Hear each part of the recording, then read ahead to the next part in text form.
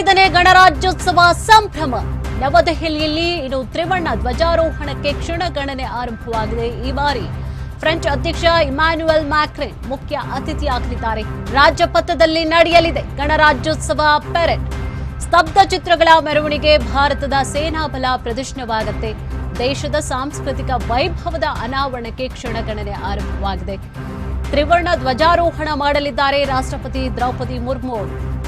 ಪ್ರಧಾನಿ ನರೇಂದ್ರ ಮೋದಿ ಸೇರಿದಂತೆ ಕೇಂದ್ರ ಸಚಿವರು ಕೂಡ ಈ ಬಾರಿ ಭಾಗಿಯಾಗ್ತಾ ಇರುವಂತದ್ದು. ಗಣರಾಜ್ಯೋತ್ಸವ ಹಿನ್ನೆಲೆಯಲ್ಲಿ ಈಗಾಗಲೇ ಬಿಗಿ ಬಂದೋಬಸ್ತನ್ನ ಕೂಡ ಏರ್ಪಡಿಸಲಾಗಿದೆ. ಜನವರಿ 26ರಂದು ಗಣರಾಜ್ಯೋತ್ಸವ ದಿನವನ್ನ ಬಹಳ ಸಂಭ್ರಮದಿಂದ ಆಚರಣೆಯನ್ನ ಮಾಡಲಾಗುತ್ತೆ ದೇಶದಾದ್ಯಂತ. ಈ ದಿನ ಖಂಡಿತವಾಗಿಯೂ ಪ್ರತಿಯೊಬ್ಬ ಭಾರತೀಯರಿಗೆ ಹೆಮ್ಮೆಯ ದಿನ ಕೂಡ ಆಗಿರುವಂತದ್ದು. ಜೊತೆಗೆ ಸಂಭ್ರಮದಿಂದ ಇದನ್ನ ಆಚರಣೆ ಮಾಡಬೇಕು ಅಂತ ಹೇಳಿ ಕೂಡ ಈಗಾಗಲೇ ಸಾಕಷ್ಟು ಸಿದ್ಧತೆ ಕೂಡ ಆಗಿರುವಂತದ್ದು ದೇಶದಾದ್ಯಂತ. ಗಣರಾಜ್ಯೋತ್ಸವ ಪೆರೇಡ್ ಪೂರ್ವಾಭ್ಯಾಸಗಳು, ಮೀಟಿಂಗ್ ದಿ ರಿಟ್ರೀಟ್ ಸಮಾರಂಭಗಳನ್ನ ಕೂಡ ಈಗಾಗಲೇ ಎಲ್ಲಾ ಭಾರತೀಯ ರಾಜ್ಯಗಳ ರಾಜಧಾನಿಗಳಲ್ಲಿ ಕೂಡ ಅಭ್ಯಾಸವನ್ನ ಕೂಡ ಮಾಡಲಾಗಿರುವಂತದ್ದು. ದೇಶದಲ್ಲಿ ಸ್ವಾತಂತ್ರ್ಯ ದಿನವನ್ನ ಹೇಗೆ ಸಂಭ್ರಮದಿಂದ ಸಡಗರದಿಂದ ಆಚರಣೆಯನ್ನ ಮಾಡ್ತೇವೋ ಅದೇ ರೀತಿಯಾಗಿ ಇವತ್ತಿನ ದಿನವನ್ನ ಕೂಡ ಅಂದ್ರೆ ಗಣರಾಜ್ಯೋತ್ಸವ ದಿನವನ್ನ ಬಹಳ ಸಂಭ್ರಮದಿಂದ ಕೂಡ ಆಚರಣೆಯನ್ನ ಮಾಡಲಾಗುತ್ತೆ. ಇದನ್ನ ಖಂಡಿತವಾಗಿಯೂ ಪ್ರತಿಯೊಬ್ಬ ಭಾರತೀಯರಿಗೆ ಹೆಮ್ಮೆಯ ದಿನವಾಗಿದೆ.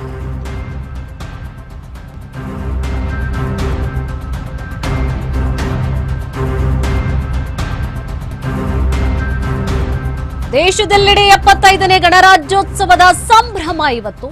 ಇನ್ನು ನವದೆಹಲಿಯಲ್ಲಿ ತ್ರಿವರ್ಣ ಧ್ವಜಾರೋಹಣಕ್ಕೆ ಕ್ಷಣಗಣನೆ ಆರಂಭವಾಗಿದೆ. ಈ ಬಾರಿ ಫ್ರೆಂಚ್ ಅಧ್ಯಕ್ಷ ಇಮ್ಯಾನ್ಯುಯಲ್ ಮ್ಯಾಕ್ರನ್ ಮುಖ್ಯ ಅತಿಥಿಯಾಗಲಿದ್ದಾರೆ. ರಾಜಪಥದಲ್ಲಿ ಇವತ್ತು ನಡೆಯುತ್ತೆ ಗಣರಾಜ್ಯೋತ್ಸವ ಪೆರೇಡ್. ಕಳೆದ ಬಾರಿಯ ದೃಶ್ಯಾವಳಿಯನ್ನ ಕೂಡ ಗಮನಿಸ್ತಾ ಇದ್ದೀರಿ, ಯಾವ ರೀತಿಯಾಗಿ ಪೆರೇಡ್ ಸಾಗುತ್ತೆ ಅಂತ ಹೇಳಿ ಕೂಡ.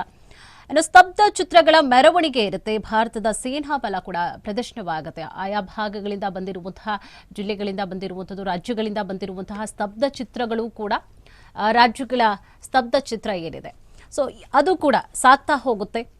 ಭಾರತದ ಸೇನಾ ಬಲ ಕೂಡ ಇದರಲ್ಲಿ ಪ್ರದರ್ಶನವಾಗುವಂಥದ್ದು. ಈ ಬಾರಿ ದೇಶದ ಸಾಂಸ್ಕೃತಿಕ ವೈಭವದ ಅನಾವರಣಕ್ಕೆ ಕ್ಷಣಗಣನೆ ಕೂಡ ಈಗಾಗಲೇ ಆರಂಭವಾಗಿರುವಂಥದ್ದು. ತ್ರಿವರ್ಣ ಧ್ವಜಾರೋಹಣ ಮಾಡಲಿದ್ದಾರೆ ಈ ಬಾರಿ ರಾಷ್ಟ್ರಪತಿ ದ್ರೌಪದಿ ಮುರ್ಮು ಅವರು.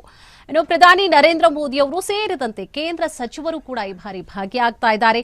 ಗಣರಾಜ್ಯೋತ್ಸವದ ಹಿನ್ನೆಲೆಯಲ್ಲಿ ಬಿಗಿ ಬಂದೋಬಸ್ತನ್ನ ಕೂಡ ಈಗಾಗಲೇ ಏರ್ಪಡಿಸಲಾಗಿದೆ.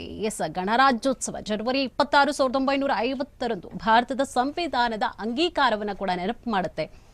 ಭಾರತವು ಇನ್ನು 1947ರಲ್ಲಿ ಬ್ರಿಟಿಷರಿಂದ ಸ್ವಾತಂತ್ರ್ಯವನ್ನ ಪಡೆದಂತಹ ನಂತರವಾಗಿ ಅಂದ್ರೆ ಇವತ್ತು ಏನಿದೆ ಜನವರಿ 26, 1950ರಲ್ಲಿ ಸಂವಿಧಾನವನ್ನ ಕೂಡ ಜಾರಿಗೆ ತರಲಾಗುತ್ತೆ.